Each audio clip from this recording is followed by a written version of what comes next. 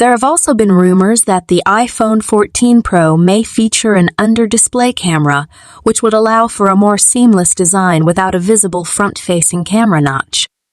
Additionally, there have been rumors that Apple may switch to a portless design for the iPhone 14 Pro, which would rely solely on wireless charging and connectivity. Of course, all of this information is speculative, and we won't know for certain what the iPhone 14 Pro will feature until Apple makes an official announcement. In terms of design, it's possible that the iPhone 14 Pro may feature a significant redesign, as Apple typically introduces a new design language every few years.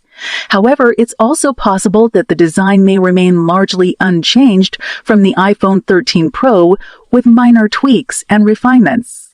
I can provide some additional information about what we might expect from an iPhone 14 Pro.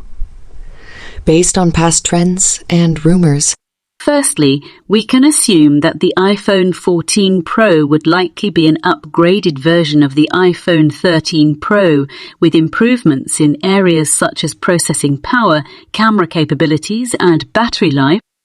Apple has a history of refining and enhancing its products with each new iteration, and we can expect the same for the iPhone 14 Pro. As of my knowledge, cutoff date of September 2021, there was no official announcement or confirmation about the release of an iPhone 14 Pro. However, given Apple's previous release patterns, it's likely that they will continue to release new versions of their iPhone models every year, and an iPhone 14 Pro may be in the works.